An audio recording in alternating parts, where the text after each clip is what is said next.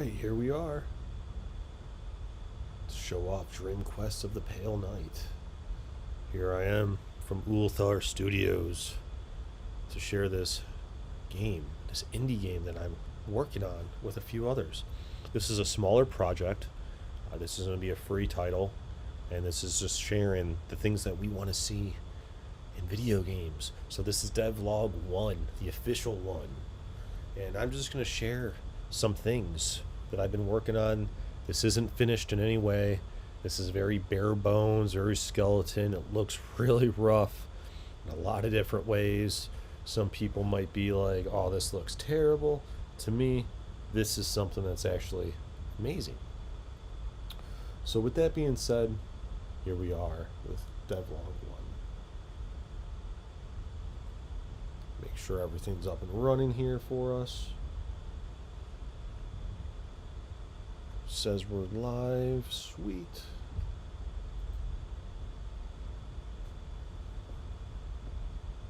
This is all new to me, this whole capturing and everything like that. But here we go. So with that being said, welcome ladies and gentlemen to Dream Quest of the Pale Knight, developed on the Unreal Engine. So I've been using the Unreal Engine since my youth. I've been using the Unreal Engine for probably, let's say about maybe 25 years, maybe even longer, since Unreal Tournament 1 days. I've been using a lot of different indie game tools, different RPG toolkits and stuff like that. That was my dream when I was younger, was to make video games. It's evolved a lot. It's become more of a hobby, and I have a lot of fun. And now I'm starting to share it more to others and even share on how to start doing this yourself.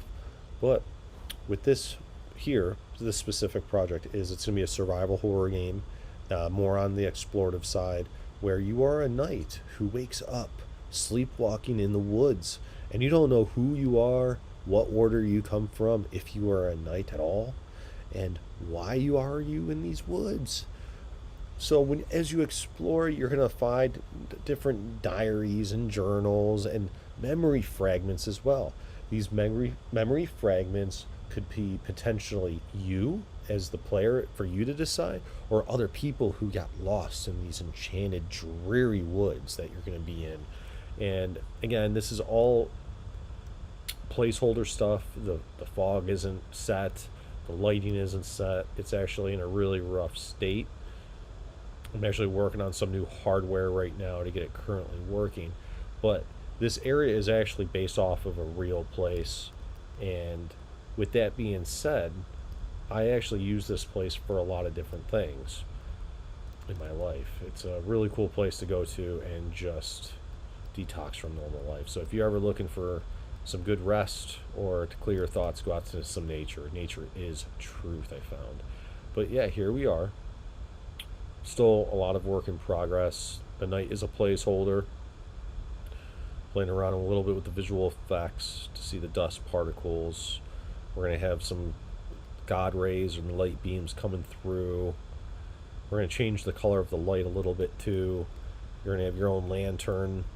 You just got this as a placeholder. If you hit the F key, you got a light that shows up. If you hit the V key, it goes into a first person view. And that's the other thing, is we want you to have the ability to play on how you like. So some people prefer first person, some people prefer third person. I'm more of a first person kind of guy, but our art director and the guy that I got writing a lot of the little side stuff for me, they're more fans of third person. And let me know below in the comments what you would prefer. But that's why I want the option, because some people prefer it. I know the new Resident Evil is actually going to do that, and I think that's really cool, because I feel like some people get a little bit more pushed away when the perspective doesn't work for them. I used to run and manage a video game store in the past for 10 years, a long time ago. And that is a thing with a lot of gamers, is some really do not like first person. It can give them motion sickness. They just don't like the feel of it, many other things. But we're going to give you the choice. I don't have the combat programmed yet, but the combat's going to be in the game. You're going to have a block, a dodge, and an attack. It's going to be very simple, but it's going to be snappy, fast, smooth, and fluid. One of my main inspirations for everything I work on was the Ninja Gaiden series, not just the original on the NES, but the two 3D ones. I don't consider the other ones being real. You see, there's some work that needs to be done, but just with the responsiveness and how snappy those controls were, and that's something I think a lot of games need to do. So this is all just placeholder stuff. As you see, I just kind of got that one part kind of going, but just working on this, fleshing it out. I'm also counting my steps to see if it takes too long to get to places. So the player is going to encounter different things. It's not going to be super combat heavy. Right now, the enemies are looking like they're probably going to be more like a shadowy figure. Maybe some shadowy knights, to be exact. We'll see. I got some really good ideas for other enemies, but again, this isn't going to be a game that's all about the combat. It's more about exploration, some puzzles, and just some cosmic horror.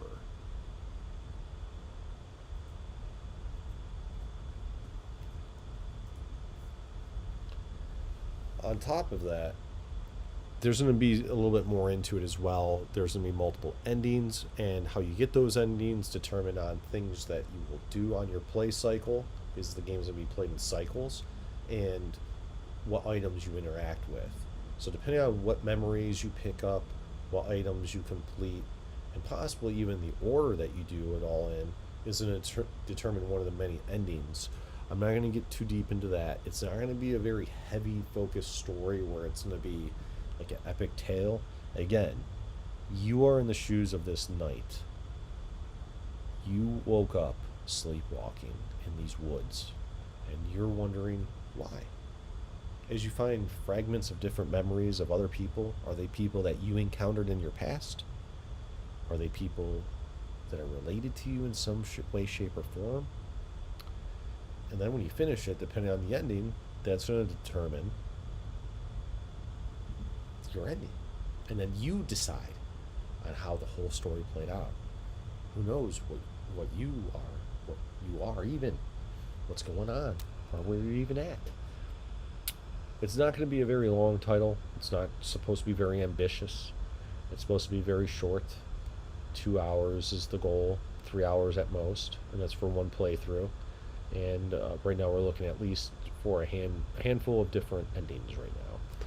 But to kind of give you an idea a little bit more of the scope of what this area is going to be like, this is it. So you're going to have a little swamp to even go through. There'll be a cave system. There'll be a gigantic magical tree. You're going to have a creek. There'll be some other stuff I'm not mentioning right now. And then ultimately, there's going to be a gate that's locking this decrepit looking monastery that's going to be lost within the woods. And you seem to be gravitated towards there as you progress through this. As you continue from there, that's where the end game is going to be, and it's going to get a little bit more cosmic horror based. It's going to be a cool little maze there I have planned, but I don't want to give away too much. So this here, I might make this the actual woods than what you saw. This is actually more true to the trail that it is based off of. And with that being said, I'm going to flesh this fully out. So there is a lot of different elevation. Here, let's go to the character. So you're like, what are you talking about? There's elevation. It's flat. Well, there's going to be different levels of elevation.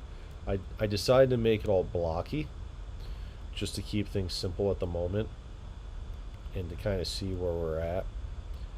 But again, this is all placeholder stuff, even the animations this night. I got markers for different things that you'll be at. And then, again, this is going to be all woods. So, like, what you saw before this Imagine that, but even more intense, more in depth. So this is going to be a little swamp area that you're going to go to. And then it'll ultimately, you'll still be in the woods. You're going to be led up to here. And then you'll find a lock gate around these parts here. So then you're going to be like, huh. So then you're going to be traveling through the woods. Off you go. Maybe the golden flowers, like the yellow brick road, will show you the way to go. Who knows? Might be a few different things. Or maybe they'll mislead you to something else. But ultimately, like you see this empty space here, this will be all fleshed out with woods, with trees. A lot of it will be traversable.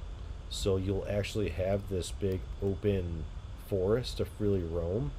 But at the same time, maybe certain parts are too dense that might make it impassable. Or maybe it's just not ideal because of how dense it is, but you can pass through it.